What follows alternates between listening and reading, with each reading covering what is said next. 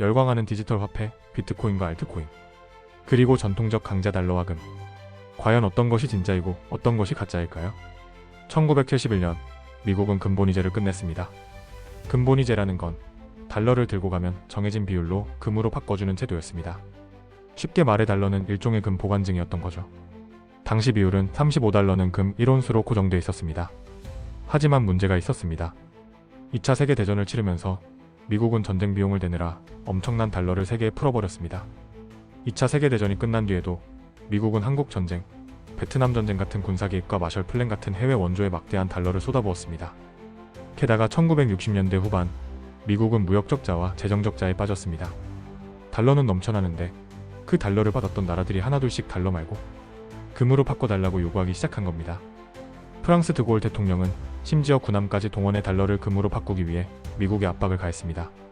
이렇게 일부 나라들은 미국의 금이 부족하다는 걸 눈치채고 발빠르게 금으로 교환해 갔던 것입니다. 결국 닉슨 대통령은 1971년 8월 일방적으로 금태환 폐지, 즉 달러와 금의 연결고리를 끊어버립니다. 그 순간부터 달러는 금과 교환되지 않는 오직 미국의 신용만을 담보로 하는 종이화폐가 되었죠. 국가의 신용도로 인쇄기로 달러를 찍어내는 것과 같은 상황이 된 것입니다.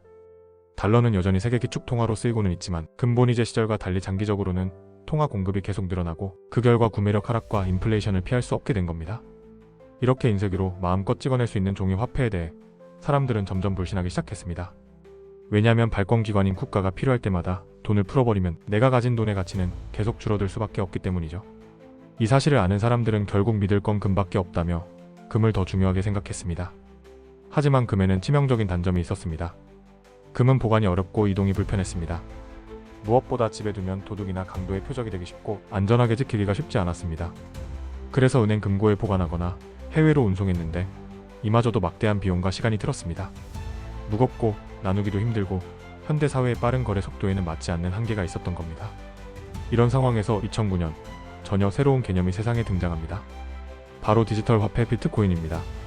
비트코인은 블록체인 기술이라는 분산 장부 위에서 운영됩니다. 누구도 위변조할 수 없고 모든 거래가 투명하게 기록되죠. 무엇보다 중요한 건 총 발행량이 2100만 개로 고정돼 있어 정부도 은행도 특정 기업도 임의로 더 찍어낼 수 없습니다. 이 소성이 바로 비트코인의 가장 큰 매력인 거죠. 그래서 사람들은 비트코인을 실물금과 같다는 의미에서 디지털 금이라 부르며 달러처럼 무제한으로 찍어내는 화폐가 주는 인플레이션 위험에서 벗어날 수 있는 가치 저장 수단, 일종의 안전자산으로 바라보기 시작했습니다. 문제는 여기서 생깁니다. 많은 투자자들이 비트코인과 알트코인의 근본적인 차이를 알지 못한다는 겁니다.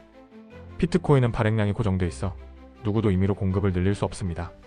하지만 대부분의 알트코인은 달러처럼 발행 주체가 공급을 늘리거나 심지어 프로젝트 자체를 중단할 수 있는 위험을 안고 있습니다.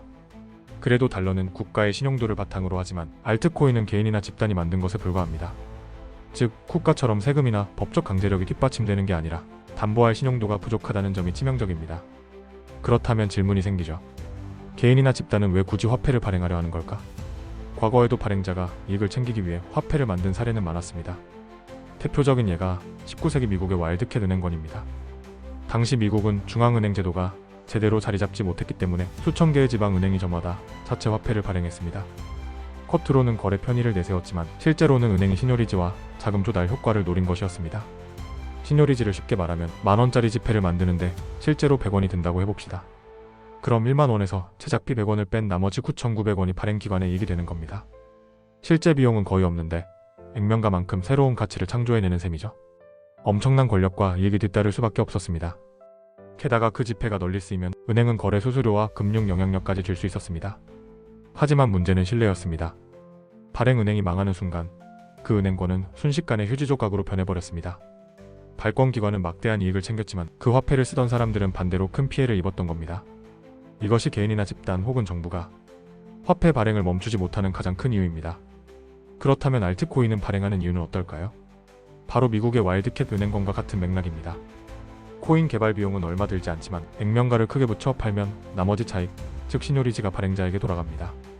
제작비 단돈 100원으로 9,900원을 버는 구조인 거죠. 게다가 많은 알트코인은 프로젝트가 중단되거나 거래소에서 사라지는 경우도 흔합니다. 결국 발행자는 이익을 챙기고 투자자는 휴지 조각만 남게 되는 겁니다. 어떤 선택을 하든 판단은 본인의 몫입니다. 상상 인류의 이야기는 상상 한 스푼이 들어간 MSG 맛이니 참고만 하시길 권장합니다. 오늘 이야기 흥미로우셨나요? 다음 이야기도 구독, 좋아요, 그리고 알림 설정으로 함께 했으면 합니다.